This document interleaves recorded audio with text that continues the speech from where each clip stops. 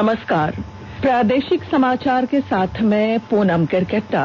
पहले मुख्य समाचार। प्रधानमंत्री ने कहा कि उचित समय पर लिए गए निर्णयों से देश में कोविड-19 महामारी के प्रकोप को काफी हद तक कम करने में मदद मिली। राज्य में कोरोना वायरस से संक्रमित मरीजों की संख्या 1840 हुई। कोरोना के कारण अब तक 10 लोगों की मौत। राज्यसभा चुनाव के लिए राजनीतिक दलों की सरगर्मी तेज। एनडीए के सभी विधायक चुनाव तक रांची के एक निजी विद्यालय में 2 दिनों तक रुकेंगे। और भारत चीन सीमा पर हिंसक झड़प में शहीद हुए झारखंड के 2 जवानों का पार्थिव शरीर कल उनके पैतृक गांव पहुंचेगा। राजकीय सम्मान के साथ की जाएगी अंत्येष्टि। और अब समाचार विस्तार से। प्रधानमंत्री नरेंद्र मोदी ने कहा है कि सरकार द्वारा उचित समय पर लिए गए निर्णयों से देश में कोविड-19 महामारी के प्रकोप को काफी हद तक कम करने में मदद मिली है। कोरोना वायरस के खिलाफ भारत के संघर्ष को और सुदृढ़ करने की रूपरेखा तैयार करने के लिए आयोजित राज्यों और केंद्र शासित प्रदेशों के मुख्यमंत्रियों की वर्चुअल बैठक के दूसरे दिन प्रधानमंत्री ने ये बात कही।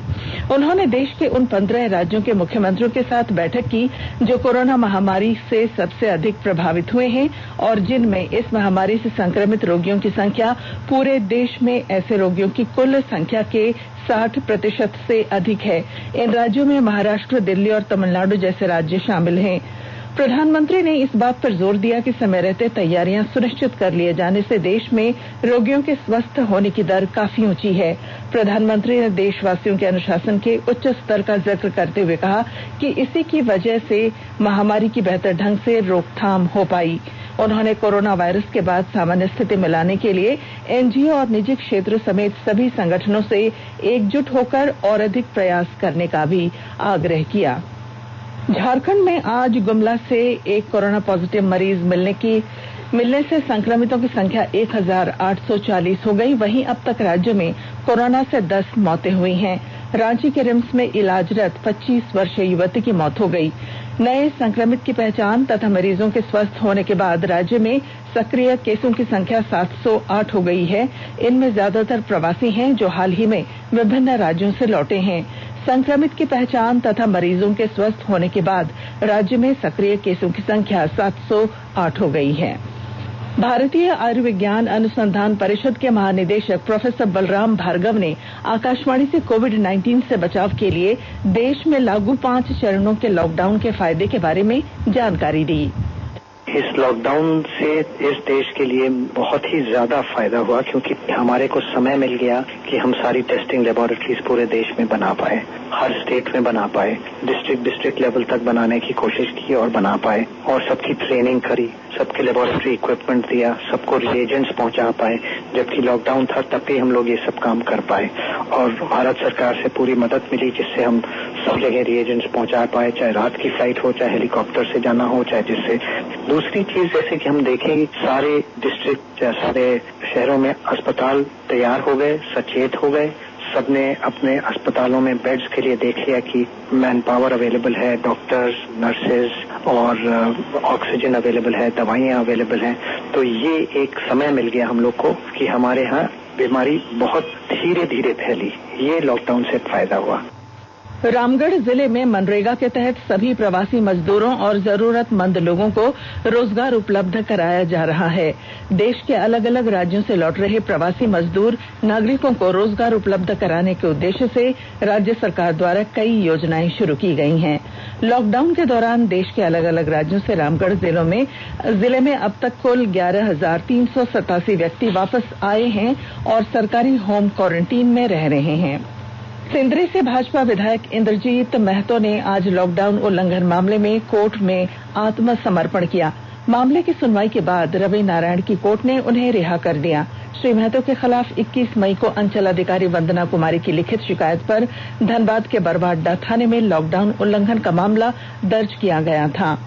सिंदरी विधायक इंद्रजीत महतो बिना सरकारी अनुमति के बरवाडा थाना क्षेत्र के तिलैया में एक ट्रांसफार्मर का उद्घाटन करने पहुंचे थे।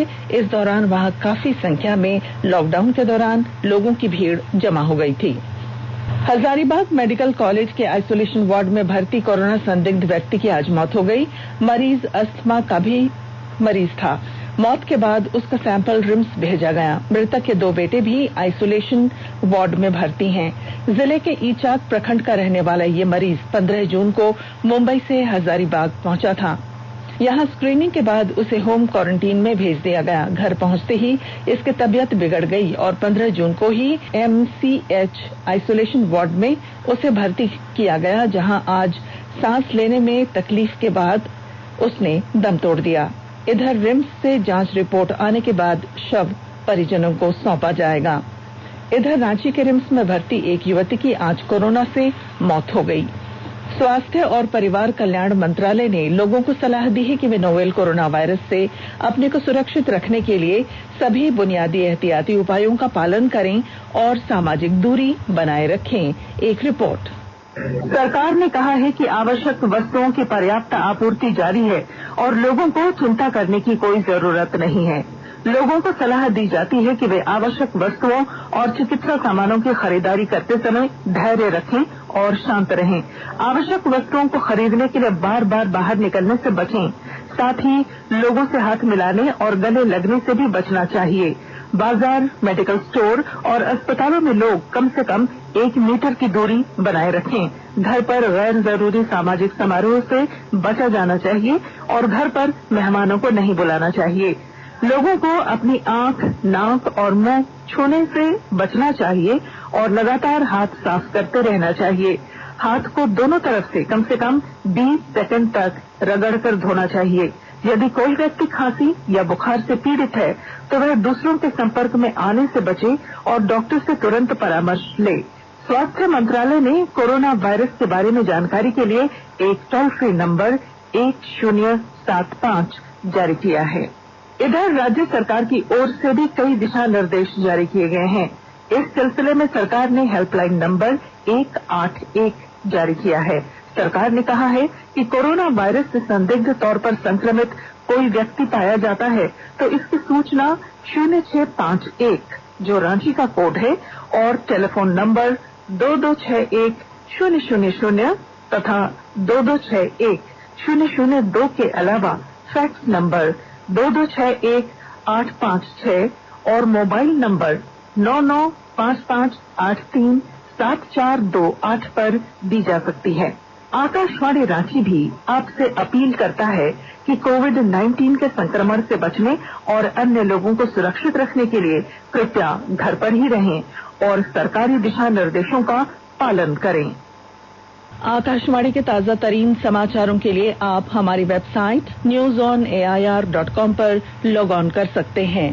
ताजा समाचार ट्विटर @AIR News Alerts और Facebook page all India radio news पर भी उपलब्ध है। आप प्रादेशिक समाचार एकांश के ट्विटर अकाउंट @AIR News_Ranchi और Facebook page AIR News Ranchi के अलावा YouTube channel regional news unit Ranchi पर भी हमारे बुलेटिन सुन सकते हैं। 19 जून को राज्यसभा चुनाव के मतदान को लेकर राजनीतिक सरगर्मी तेज हो गई है। एनडीए के विधायकों ने आज रांची स्थित निजी विद्यालय परिसर में बैठक की। भाजपा के राष्ट्रीय उपाध्यक्ष ओम प्रकाश माथुर और राष्ट्रीय महासचिव अरुण सिंह भी मौजूद रहे। बैठक में चुनावी रणनीति बनाई गई। विधायकों को आज से रांची स्थित निजी विद्यालय के परिसर में ही रहने को कहा गया है और अगले 2 दिनों तक विधायकों को किसी संपर्क करने से मना किया गया है। बैठक में आजसू प्रमुख सुदेश महतो भी शामिल हुए। उन्होंने एनडीए को समर्थन देने की बात कही है। उन्होंने मुख्यमंत्री हेमंत सोरेन से हुई मुलाकात को राजनीतिक शिष्टाचार बताया। राज्य मंत्रिमंडल की बैठक में आज 25 प्रस्तावों को मंजूरी दी गई। मुख्यमंत्री हेमंत सोरेन की अध्यक्षता में बैठक समाप्त होने के बाद कैबिनेट सचिव अजय कुमार सिंह ने पत्रकारों को बताया कि पथ निर्माण विभाग की 20 परियोजनाओं को मंजूरी दी गई। एक अन्य महत्वपूर्ण प्रस्ताव में स्टैंप नियमावली में संशोधन के प्रस्ताव को भी मंजूरी दी गई। राष्ट्रीय कृषि एवं ग्रामीण विकास बैंक यानी नाबार्ड से कुल 1025.53 करोड़ रुपया ऋण आहरण की घटनोत्तर स्वीकृति दी गई। रोड डिपार्टमेंट जो 20 परियोजनाएं कार्यान्वित कर रहा है उसके लिए कुल ये लोन नाबार्ड से लिया गया। पेयजल एवं स्वच्छता विभाग द्वारा RITF 25 के तहत 7 ग्रामीण जलापूर्ति योजनाओं के कार्यान्वयन हेतु नाबार्ड से 236.92 करोड़ रुपए के ऋण आहरण की घटनोत्तर स्वीकृति दी गई। साहिबगंज जिले के सदर प्रखंड के डिहारी गांव के चीन सीमा पर लद्दाख की गलवान घाटी में शहीद जवान कुंदन ओझा के घर पर दिन भर लोगों का तांता लगा रहा। 16 बिहार रेजिमेंट के कुंदन की बहाली वर्ष 2011 में हुई थी।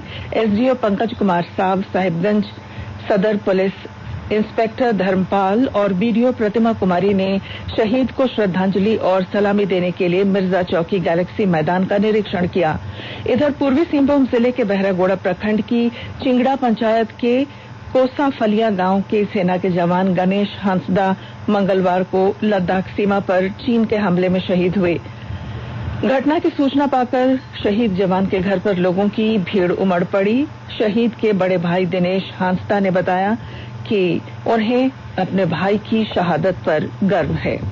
कोरोना के संक्रमण काल में आत्मनिर्भर भारत बनाने की ओर बढ़ते आज के युवा किसी से कम नहीं। देश में ख्याति प्राप्त तकनीकी संस्थान बीआईटी मेसरा से सिविल इंजीनियरिंग की पढ़ाई पूरी कर फॉर्मूला 1 यमुना एक्सप्रेसवे में 14 साल तक काम करने वाले इंजीनियर अमरनाथ दास ने किसानों की आय बढ़ाने के विषय में सोचा और पॉली हाउस से पौधे तैयार करने की उन्नत तकनीक विकसित की।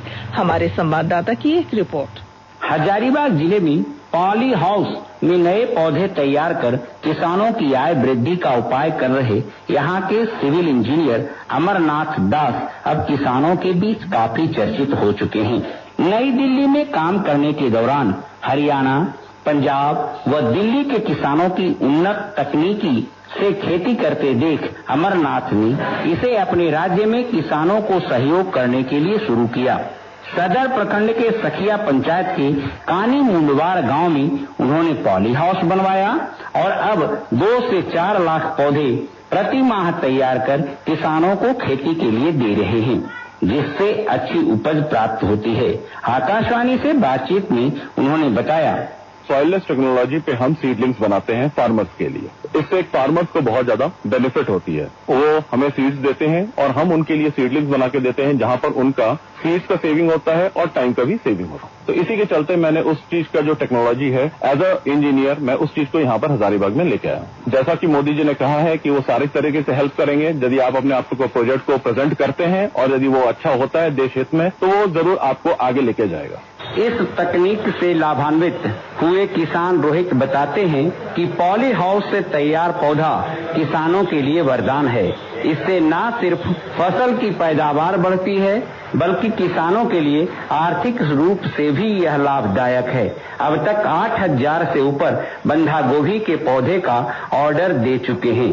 पॉली हाउस एक ऐसा चीज है कि जहाँ पे बिछड़ा करने के बाद 95% जनरेशन होता है। उसमें पौधा स्वस्थ रहता है। लगाने के बाद पौधा किसी तरह का कोई प्रॉब्लम नहीं होता है। एक लेवल में वो पौधा तैयार होता है, बढ़ता भी है। इसमें फल भी बहुत अच्छी तरह से होता है। पहले तो हम अपना जमीन में बिछड़ा तैयार करते थे, लेकिन अगल बगल जब देखें कि पॉली हाउस में तैयार करने के बाद बिछड़ा बहुत मजबूत रहता है, स्वस्थ रहता है और बिछड़ा लगने में बहुत सहायता होता है। तत्काल में पानी नहीं दे पाते हैं तो बहुत ही मददगार होता है पॉली हाउस का पौधा। उच्च शिक्षा प्राप्त कर बेरोजगार रहने वाले युवा युवतियों के लिए अमरनाथ एक मिसाल हैं, जिन्होंने कृषि के क्षेत्र में इंटरप्रेन्योर बनकर गांव एवं देश दोनों की तरक्की के लिए सराहनीय कार्य किया है और प्रधानमंत्री नरेंद्र मोदी के लोकल को वोकल को साकार कर रहे हैं। आकाशवाणी समाचार के लिए हजारीबाग से साद्वल कुमार। और अब संक्षिप्त खबरें। धनबाद जिले के 2 अलग अलग थाना क्षेत्र में हुई 2 बड़ी वारदात में 5 अपराधियों को पुलिस ने गिरफ्तार कर लिया है। लातेहार के चंदवा में हुई सड़क दुर्घटना में एक महिला की मौत हो गई। मृतक महिला बरियातू थाना क्षेत्र की निवासी थी। खूंटी जिले के बुंडू अनुमंडल के लैंपस में आज किसानों को स्थानीय विधायक विकास सिंह मुंडा की उपस्थिति में किसानों को बीज के पैकेट दिए गए। प्रति पैकेट किसानों को 95 रुपए की दर से बीज दिए गए। कोरोना महामारी से निपटने के लिए मुख्यमंत्री राहत कोष में झारखंड बधिर क्रीड़ा परिषद द्वारा आज 31,000 रुपए की सहायता राशि बैंक ड्राफ्ट के माध्यम से दी गई है। झारखंड अधिविद्य परिषद द्वारा आयोजित DLED की परीक्षा में लोहरदगा की छात्रा श्वेता सिंह झारखंड टॉपर रहीं और पलामू जिले के हरिहरगंज थाना क्षेत्र के बैदबिघा में कल रात एक युवक की गोली मारकर हत्या कर दी गई। युवक की पहचान बिहार के औरंगाबाद जिले के कुटुंबा थाना क्षेत्र के महाराजगंज निवासी अरविंद ठाकुर के रूप में की गई है। और अब अंत में मुख्य समाचार। प्रधानमंत्री ने कहा है कि उचित समय पर लिए गए निर्णयों से देश में कोविड-19 महामारी के प्रकोप को काफी हद तक कम करने में मदद मिली है। राज्य में कोरोना वायरस से संक्रमित मरीजों की संख्या 1840 हुई। कोरोना के कारण अब तक 10 लोगों की मौत हो चुकी है। राज्यसभा चुनाव के लिए राजनीतिक दलों की सरगर्मी तेज। एनडीए के सभी विधायक चुनाव तक रांची के एक निजी विद्यालय में 2 दिनों तक रहेंगे। और भारत चीन सीमा पर हिंसक झड़प में शहीद हुए झारखंड के 2 जवानों का पार्थिव शरीर कल उनके पैतृक गांव पहुंचेगा। राजकीय सम्मान के साथ की जाएगी अंत्येष्टि।